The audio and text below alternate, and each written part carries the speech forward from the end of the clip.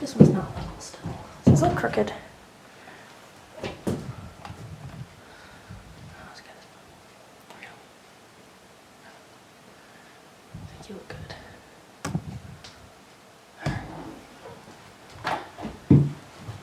Oh, big light. Clang. Okay. Hi there. Howdy. How you doing? Pretty good. All right, let's get started here. Let's start with your name. What's your name? Alan LaBlanche. What was it? Alan LaBlanche. Alan LaBlanche.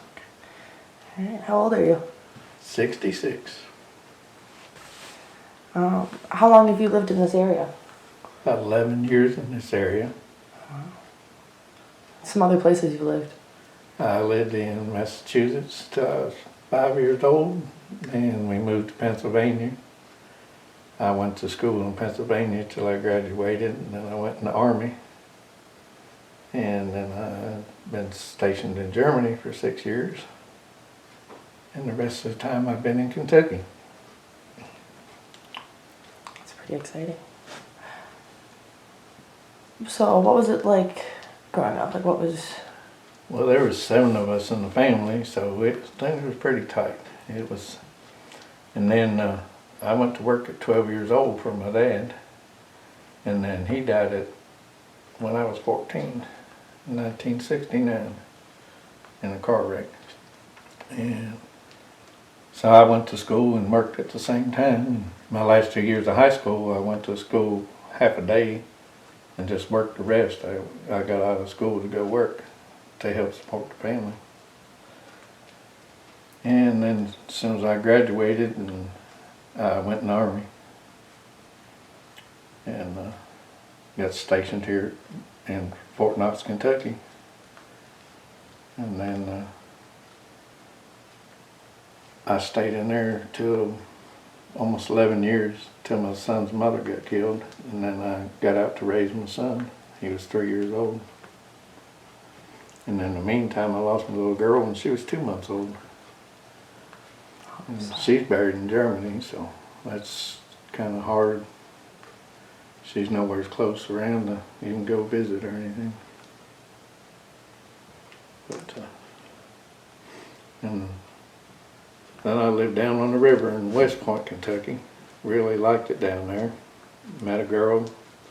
We were married for 3 years, and she died on me of cancer. And she had 7 kids.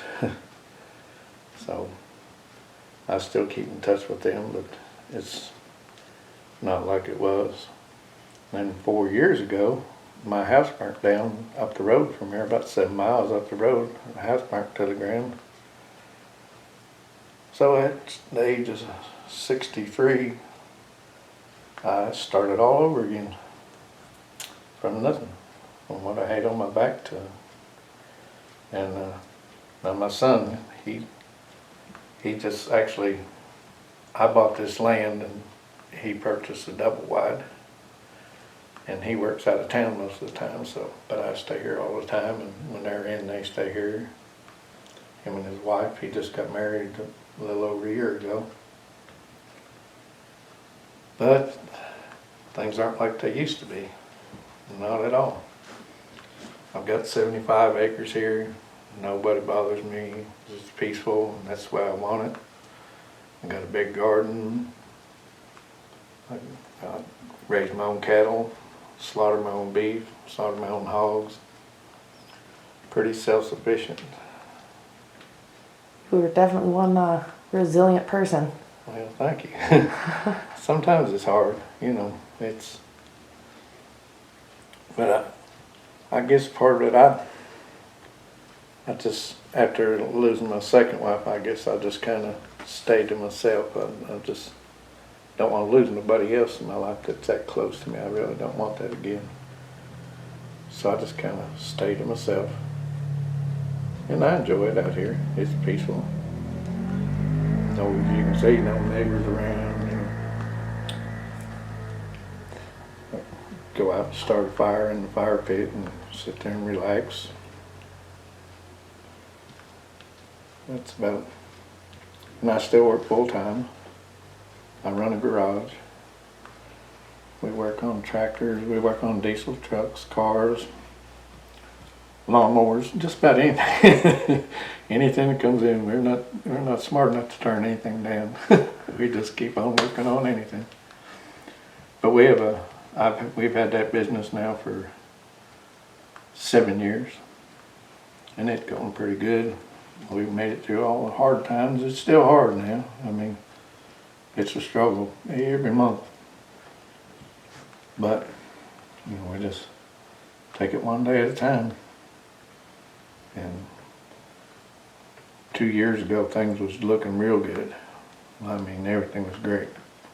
Gas prices was down. People were fixing cars. People had disposable income.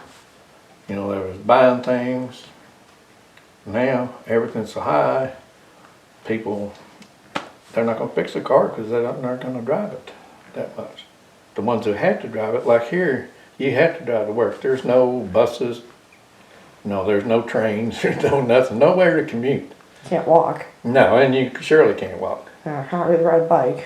No, no, especially with all these hills around here, you can't hardly ride a bike. But I mean, it's just getting to a ridiculous point in life. You know, it needs to slow down. They need to just stop. You know, leave things the way they were. All this changes they're trying to make, all this, I mean, it's not for the good. And I let whatever people want to do, I let them do it. I don't judge people, but I don't agree with a lot of things either. You know, one thing I don't agree with is when a child's born, they're going to call him gender neutral and give him a chance to decide what he wants to be, a boy or a girl.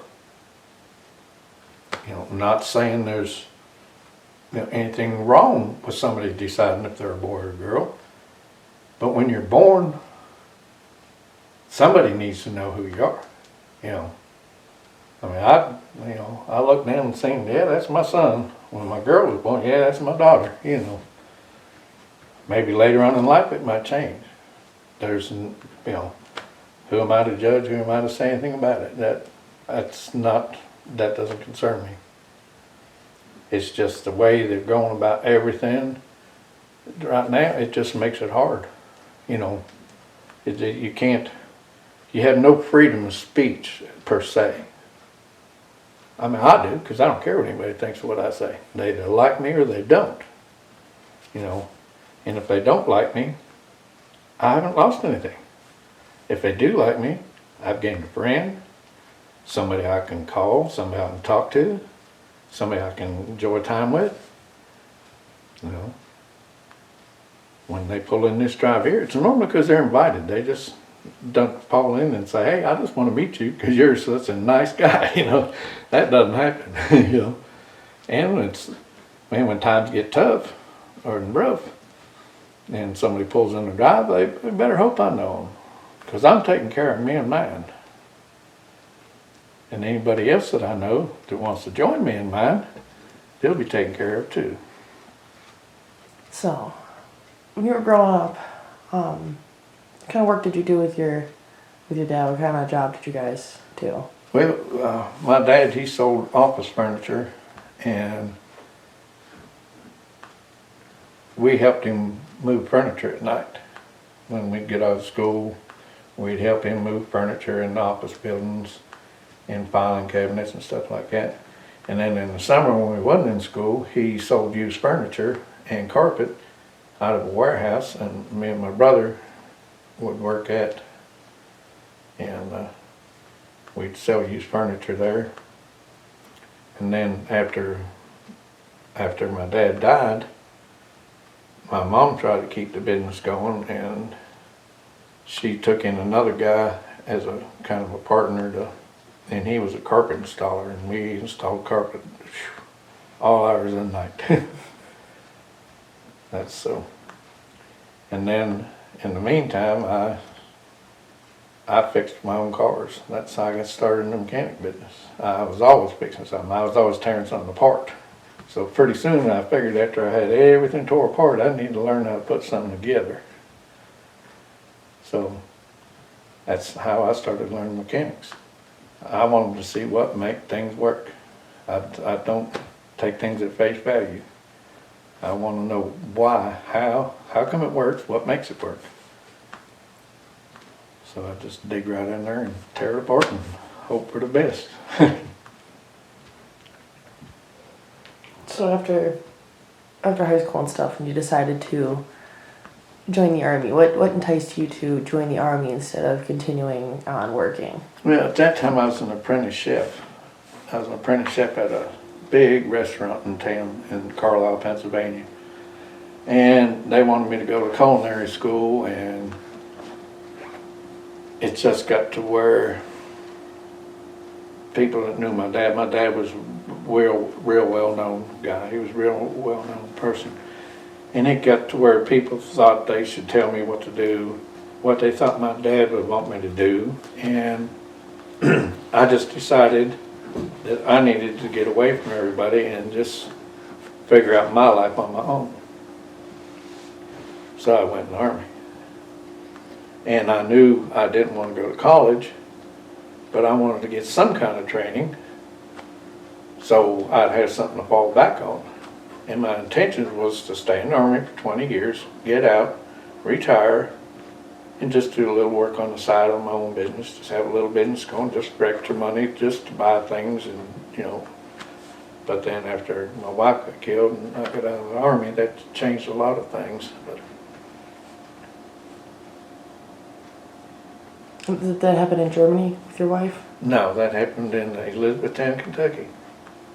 She was walking across the street, and the jailer from E-Town was coming back from a run. I think it was a beer run for the inmates at the jail, and he ran over and killed her. And so she's actually buried in Elizabethtown. And the girl my son married, her dad and mom, they're buried in between Radcliffe and E-Town. So they all go up there and visit all three graves at one time. So. What's some of your favorite memories from your childhood, from like being younger or teen years or whatever like that? What's some of your favorite memories? Oh, let's see. I guess most of my favorite memories was, of course, we had a lot of freedom back then. They didn't worry about us. We could leave the house and check in every hour or so. We'd ride our bikes around.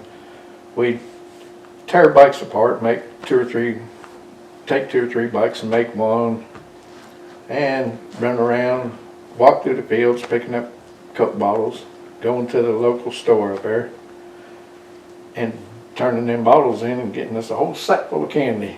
Oh, that was, and but back then it was simple times. You know, we sat in front of the fireplace at night and cooked popcorn over the fire, and we got to watch a couple hours of TV. You know, to us that was great.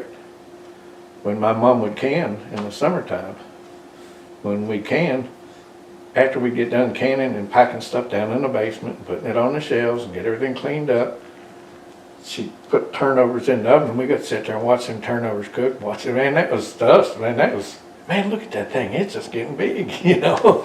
To us, that was amazing. You know, we didn't have fast food back then. There wasn't no, you know. And we'd get one little Dixie cup, which was kind of a wax cup back when I was growing up. They weren't plastic. It was a wax cup. And you got one with your name on it. You got one a day. And Mom would come out every once in a while and yell our names, and we'd all gather around, and she'd pour us a little glass of Kool-Aid. And we'd get a little glass of Kool-Aid in that cup. If you didn't have that cup, you didn't get no Kool-Aid. You didn't, you know, and you didn't open the refrigerator. No, she got it out, and she did. If you was allowed in the refrigerator, that was a rare moment, you know. But it's, you know, it was enjoyable, even with that many kids in the family. You know, we all sat down at the supper table, all of us, all 7 kids, my dad and mom. And we didn't say a word. We'd sat there, and my dad would talk to my mom, or he'd ask us a question, and we could answer.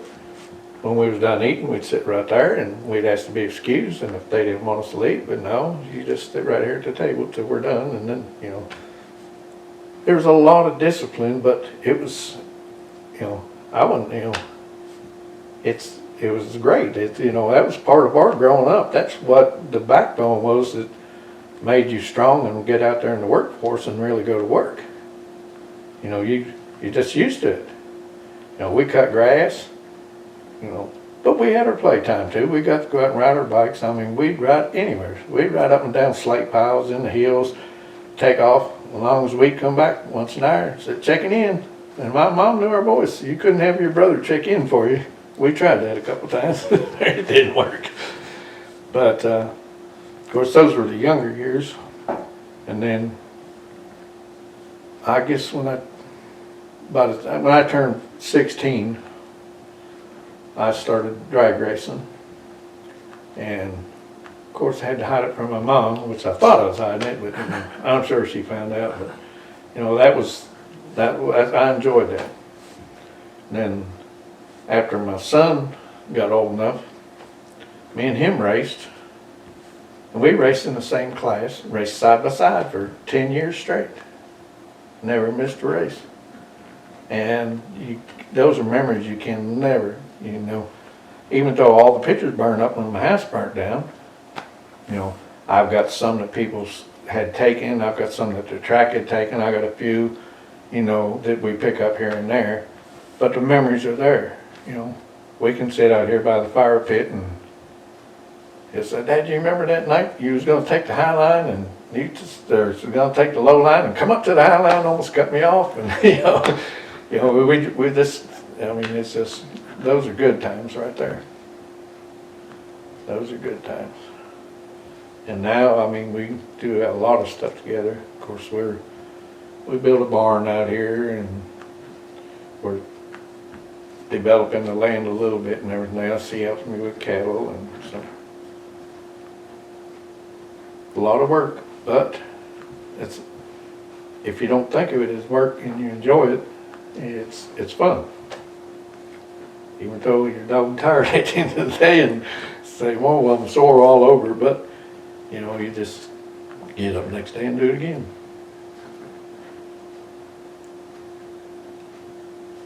So would you say that you want to stay here in Kentucky? Is this the place that you were like, oh, I love it, I don't want to leave kind of thing? Or if you could travel, would you rather be somewhere else? No, I'm going to stay here in Kentucky. I like it right here.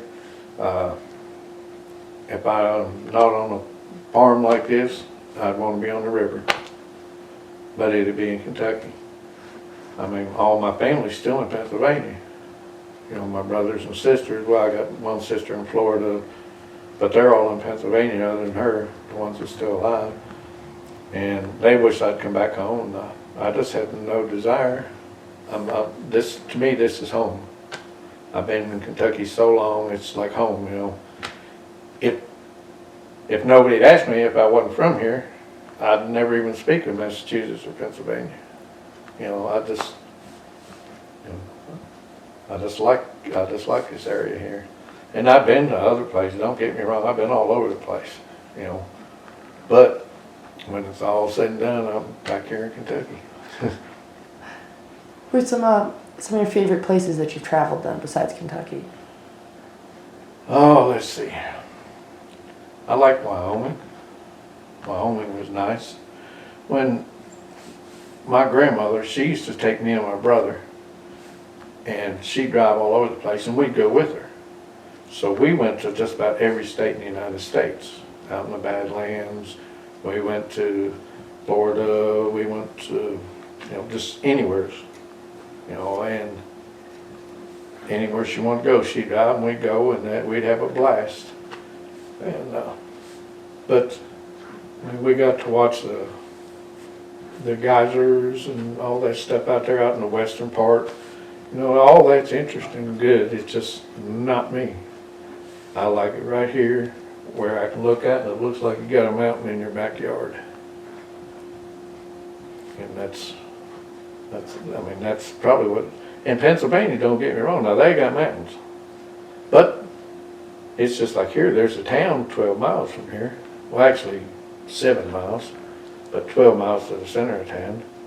And then it's 12 miles to Berea from here, which is So I'm kind of in the middle of two different towns. And I'm in the country, but I'm not way out there where, like a lot of places, when you're in the country, you're like 30, 40, 50 miles from, you know, and like my son, right now, he's in Texas. He just got there this afternoon. He's going to be there for a couple of weeks. He builds substations for the electric company. And he just left Indiana. But before that, he was in Georgia, and then last year he was in Florida, and he'd been all over the place. And he decided they wanted to call this home. So, you know, he's a lot like his dad. You know, this is home to him. He likes Kentucky too. It's pretty sweet. It's really nice. So, during your time in the Army, you were with them for quite a while. What's some of the cool things you've done there? What are some memories you have from there? Oh, let's see. Oh, I went to Spain when I was in overseas. You know, when I was in Germany, I went to Spain. I never did come back to the United States when I was on vacation. I went to different places. I went to Spain. I went to Italy. My friends owned a restaurant over there, an Italian restaurant. And when I'd get 3-4 days off, I'd ride with him to Italy. We'd go to Italy, and we'd go to Amsterdam, New Holland, and I raced cars over there too, so we had to go to different places to get car parts because they didn't have a whole lot there. So we went to Holland and Amsterdam and all them places like that, and seen stuff, you know, you normally don't see. You drive around, pull in the beach and pull up and start cooking, and all of a sudden you look and know you've got clothes on, you're in a nude beach, you know, and that's common over there. There's a nude side and the side that's not nude, but you know, they kind of join each other. And if you're on the nude side, you don't have to be nude. You know, everybody's cool about it. You know, it's not you know, it's just different things you get to see when, you know, in like Italy, we was down there in the part where they made candy. And, well, I mean, you talk about some real good candy. Now, we'd always come back with a great big sack full of candy that, you know, and give it to all my Army buddies. But most of my time in the Army, I mean, it was mainly work, you know, and it wasn't what I'd call real good times, like, you know, just going out and having, you know, what people call good times. We did a lot of work and got to meet a lot of people. That's one thing about the Army. You get to meet a lot of people, you know, and from all different facets of the world. You know, and then over there when I was in Germany for 6 years, I worked side by side with the Germans. I learned their language because I thought that was something that I want. Of course, I married a German. My first wife was German. But not that I wanted to know what she was saying about me all the time, but I mean, I just thought that was the thing to do if I was going to stay there. And I'd have loved to stay there and not ever come back. I'd have stayed there at that time. Now I wouldn't, but at that time I would. And but I learned their language. You know, I mainly lived their lifestyle. You know, they don't go to the grocery store and buy a month's worth of groceries. They go every day, every other day to a little market, and they buy their food. And they got a little bitty refrigerator, no freezer. You know, just a little tiny freezer, maybe put some ice in it, about all you get, and one piece of meat is all you can put in there. But they're healthy. You go by and they got an apartment complex 11 floors in the air. And you see bed clothing hanging out, all the windows open, and it's 10 degrees outside. They air their place out. They walk downtown. You know, most of them don't have cars. But they've got a bus system that's out of this world, and they've got a train system that's out of this world. You can set your clock by their trains. You know, if it says it's going to be there at 8:05, it's there at 8:05. You know, so I mean, it's, and you know, I enjoyed it. We rode bicycles over there. We walked a lot. There's a lot of stuff in Germany. I had a great time in Germany as far as going different places, different castles. I raced over there, so I got to meet all the Germans in different communities. And just had a real good time just meeting people and, you know, trying to understand, You know, you go through town and you see somebody there and they just got a little old hog farm, and you know, they're just as content. They're just as content as the guy that's in town and can drive a car, you know, and has a car. You know, they stay out there on the farm, they don't have a car, they, you know, ride a little moped around, or, you know, they get on their horse and go somewhere, you know, and they're just as happy. And, you know, that's what I like. I like meeting people like that and understanding why they're happy like that. You don't have to have a whole lot of things to be happy. A lot of people like to have a lot of things and say it makes them happy. But, you know, just like now, if you go out and buy a $3 million house, got a good job in Hollywood, whatever, $3 million house, then you get my age, who's going to clean that? You know, who wants to clean their house every day for 8 hours? You know, and if then all of a sudden your income's not what it was, but your taxes are still high and everything else, it takes the fun out of life. You know, get what you can, enjoy it. You know, there's nothing wrong with having a boat, there's nothing wrong with having four-wheelers, there's nothing wrong with having, you know, a race car. There's nothing wrong with all that.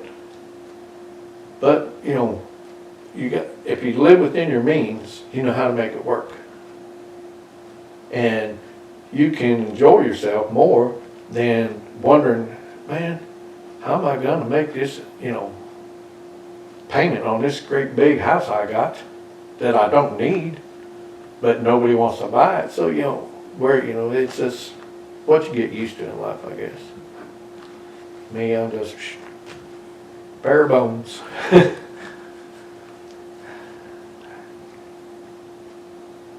my book really quick. I have questions written down. I forgot to grab it. Oh, Jesus. Start on something for 1 second here. Pause.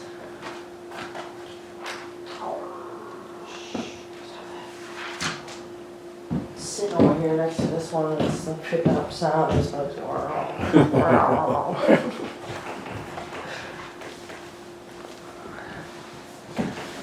okay.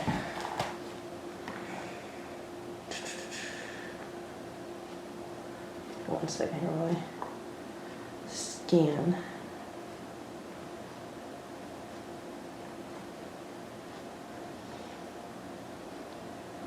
So what about education? What do you do for schooling?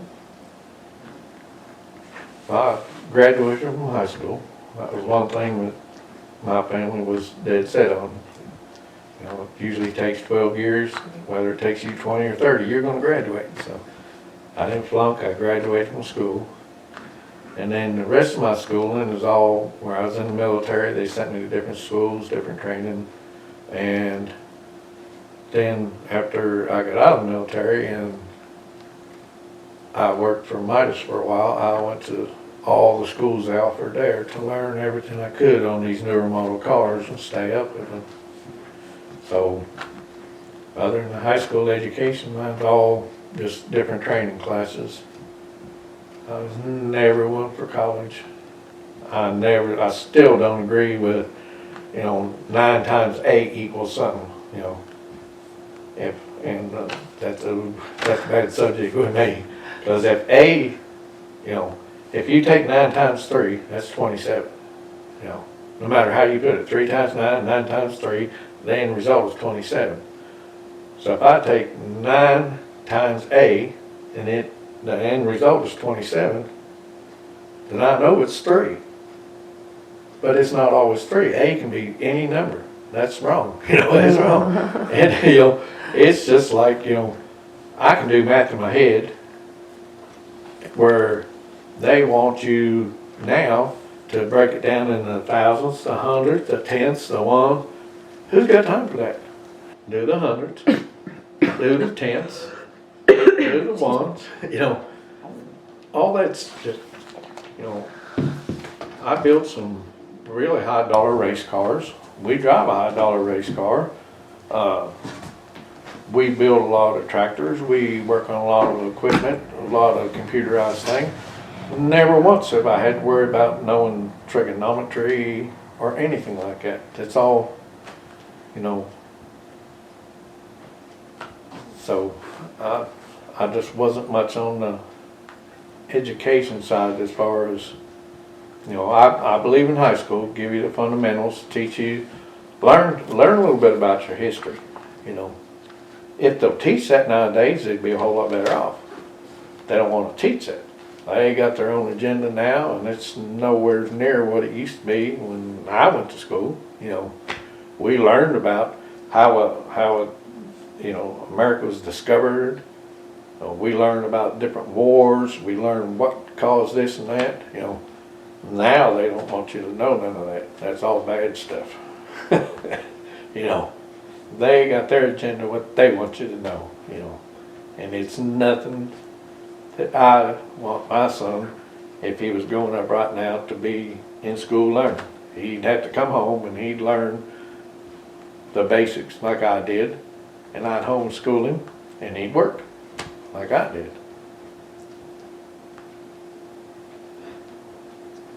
I think that's not a bad way of life. Is some, you know, at least how you've grown up with staying active and stuff. I've heard that from a couple other people, and it seems to be a popular thing around here is when people grew up. Yeah, now in Kentucky more than in Pennsylvania, but now in Kentucky,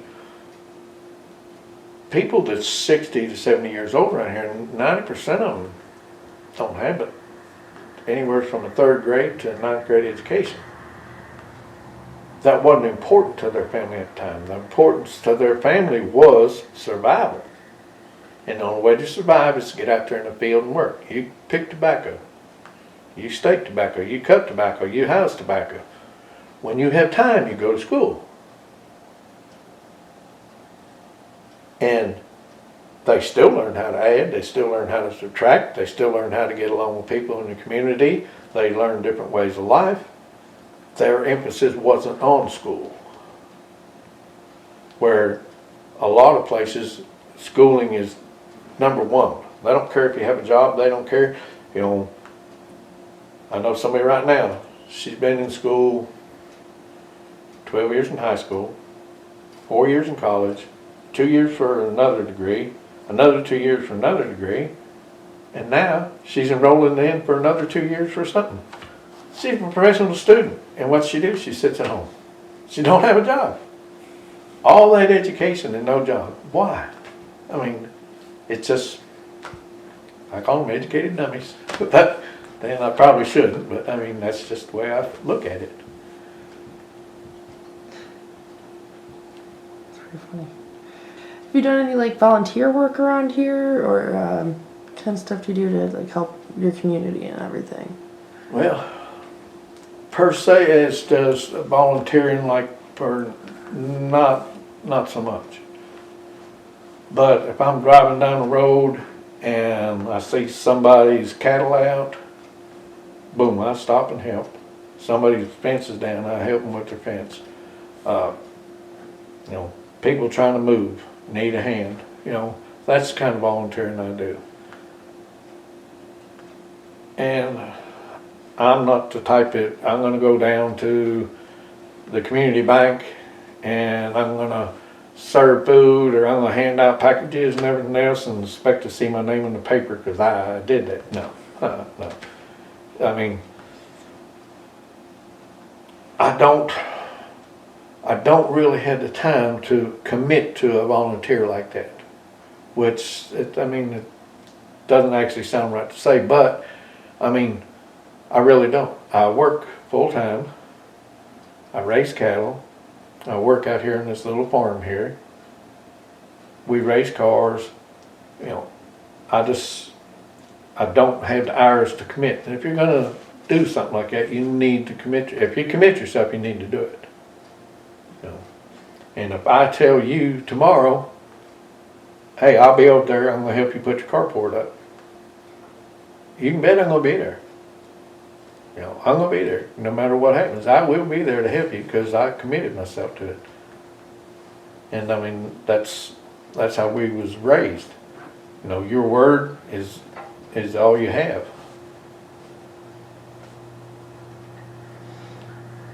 What's your health been like? Or have you ever done any drugs or any drinking or any, like, any I past? drank for a long time. Yeah, I drank for a long time. I'd say probably, well, I drank when I was in high school. We'd drink at home. You know, we didn't overdo it. We just, that was the deal. Mom said, if you want to drink, you drink at home. You don't go out and get in trouble. You know, you don't go to other places. You drink here at home. And I drank a little bit then. And then when I went into service, I drank more. And, but I never really got into drugs. I don't know. I could take that money that you spend on drugs, and I could make my race car go fast. You know, and that's high enough for me, you know. But I mean, I drank a lot. I'll be the first to admit it. I drank quite a bit. I drank whiskey. I drank beer. But I went to work every day, and I functioned. I would never cause no trouble and wasn't rowdy. I mean, you know, I've had little skirmishes here and there, but you know, you can do that even sober. So, but in 1997, we had a flood, and I watched my house go down the Ohio River, and I said, "Man, this is bad." And I went and found a place, and me and my son was staying there, and I told, I lived above a liquor store, and a buddy of mine owned it, and I mean, we was good buddies, we run around together all the time. I went down there that morning, and I said, I think I'm gonna quit drinking for about 30 days, and I'm gonna find me a place where I spend all my money and don't have nothing, you know. I don't have a whole lot. I lost everything I had in the flood, what I couldn't get out, you know. I said, I need to take what I've got and what money I got and get a business going, or I'm not going to have anything. And I ain't drank since. I just, you know, same way with cigarettes. I smoked 3 packs a day, Cool Filter King, shoo. But in 2001, I just throwed them down. I got tired of them. It just, and that, people come over here, they drink, I don't mind, they have a good time, you know. Some of them, I'm sure they do some kind of drugs, you know. We don't smoke in the house. My son smokes and his wife smokes, but they go outside and smoke. They don't smoke in the house. So I don't let anybody smoke inside the house either. You know, I respect them for that. But I mean, if somebody wants to walk out there and sit down in the edge of the woods and fire one up, let them fire one up. Who are they going to hurt? You know, as long as they're respectable. Anybody that wants to be respectable can basically do what they want. But, you know, there's a line there too. I mean, drugs that's killing people, you know, they don't need, you know, they don't need that. And somebody that's doing drugs and got family at home that's not that's starving to death, ain't got no clothes, they don't need to be doing drugs. They don't need to be drinking. They don't need to be smoking cigarettes. You know, they need to get their priorities straight. And if you've got things straight at home, you want a beer, drink a beer. You know, if you're at home, you can't afford beer, and somebody invites you to a party and they got beer there, drink. You know, that's fine. As long as you got your priorities straight to where you got a good life going for you. That's important.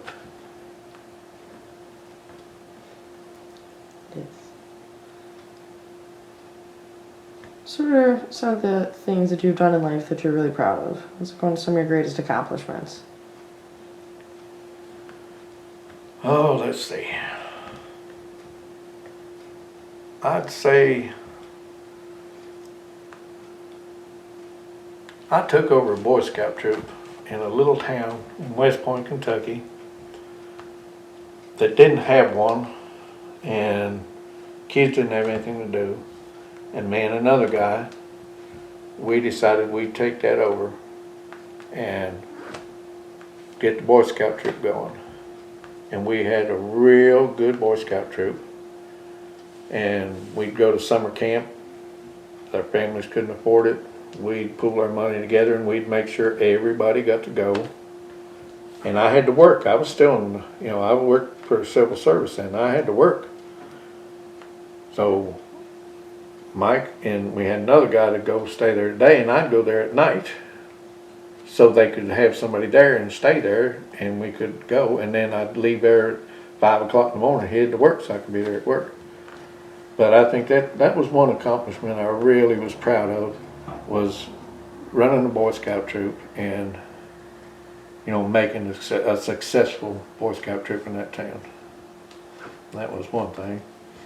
And another thing I'm pretty proud of is being on TV a few times on Discovery Channel with the Kentucky Street Outlaws, racing against JJ the Boss and racing against a bunch of street outlaws from different states. We're going again in April to another one, and it's going to be on TV. You know, those are things I'm kind of proud of. You know, I took over a business here in town that everybody said, "Oh, you'll never make it." We've been going for 7 years now, you know, and we've got a good name. We do good quality work. People come to see us, you know, all the time, even if it's not to get the car fixed. Just come up there and just talk to us, you know, because you know, we're the only ones that bring the car to when it breaks down. But if you fix it and it don't break down, well, you know, you don't see them for 6 months, 8 months. But our customers, they'll call us, they'll come up there and see us just to see us, or come up and see if we're going to race anywhere, so they can come watch us race or whatever. So those are some of the things I'm proud of. Another thing that I'm extremely proud of was I had a decision to make when my wife died, to let somebody raise my kid and take care of him and stay in the Army to retire to get that benefits, get that retirement. And I chose to raise my son over top of my retirement. All my friends go out and pull their check out every month, or it automatically deposit, because they stayed in for their 20. And I got out to raise my son. And my son's he's a foreman now. He built a substation from the ground up. I'm proud of him, and I'm proud of the way that I raised him. And I can look back and say, look, you know, I did that myself, you know. And I mean, and it was hard, don't get me wrong. There's times you know, I was at my wit's end, you know. Sometimes I wish his mother was there where she could, you know, wring his neck, you know. It's just, but I mean, I made the commitment to get out of the Army and raise my son, and that's what I did. And I'd say that's probably, out of all my accomplishments in life, that's one I'm most proud of. That's really nice. So, what do you hope for the future around here? What do you hope to see this place?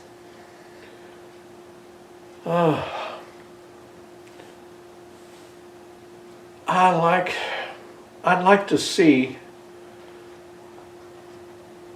the traditions of what's founded this area still be carried on into the future. Not when somebody dies, sell the farm, get the money, go live in town, you know, and let the farm go. Don't worry about it. Let them put a subdivision in there. I don't want to see that. Don't get me wrong, there's nothing wrong with development. There's in certain areas. But you can't take from this road from here and travel 12 miles like you drove in here and have it all apartment complexes and no woods, no cows on the side of the road, you know, nobody sitting on their front porch talking, you know, no neighbors gathering around, you know. That's what I'd like to see. I'd like to see the family values that this part of the country was brought up and raised on. I'd like to see it stay. And you see it dwindle every year.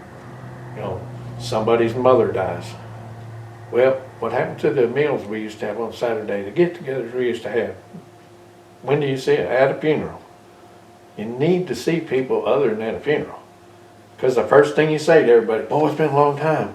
we're going to have to quit doing this. We're going to have to see each other, not just at funerals. You get out, you go home in the car, eat supper that night, and you never see them again until the next funeral. I just want to see, people helping people, a community that can, and around here it is that way. Somebody's house catches on fire, everybody's there. They have a little supper, they have a get together, they raise as much money as they can to try to help the people out. That's what I want to see. I want to see that keep on going. I just don't want everything. Well, you can go down here and they'll give you $300 if your house burns down. From who? That's not how life is supposed to be. Life is supposed to be, my neighbor needs help, I should be able to help my neighbor.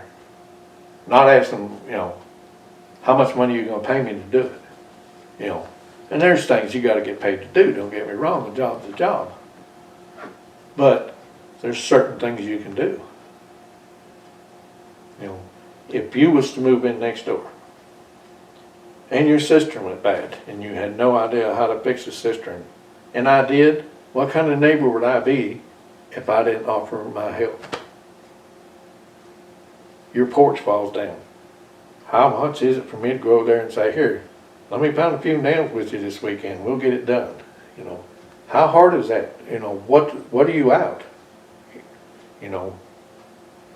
And then, because I look at the long run, most of them offer me something to eat and I don't have to cook at night, There you and go. I like to eat. That's the secret about it. It's food. Yeah, and it's, and bartering and trading and doing stuff, that's a whole lot about what this part of the country is. Hey, I'll come over and spread rock for you if you'll come over and help me mend the fence. And but we're losing it because they want everybody to be educated dummies.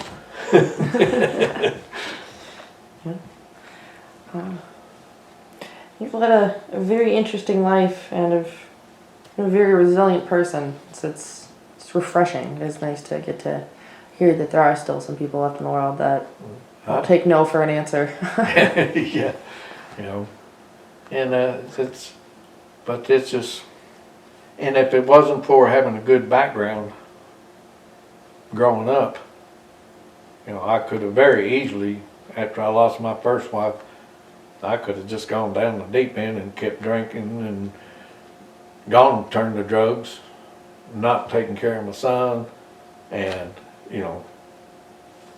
and I'm not saying that's you're weak if you do that. That's not what I'm saying. Some people can't handle it and go that route, but I don't know. I don't know how, if you've got kids, you can't overcome something like that. And I've got a stepdaughter that's bad on drugs and lost 2 kids, and then she had a third one. Told me she was going to do good with it, and last I heard, she doesn't even have that one. And I can't get, and every time, my boyfriend, I said, would you quit talking about boyfriends? You don't need a boyfriend. You don't need any of that stuff right now. You need to get yourself healthy. What you say you're getting yourself healthy. You're not healthy if your boyfriend's doing drugs in the same house you're in. You're going to lose your kid. You're going to end up back on them. You have got to make a commitment to get yourself healthy. Then after you're healthy, after things are going, find somebody that's either gone through what you have or understands what you went through and is willing to back you up and take you further and keep you going down the right path. And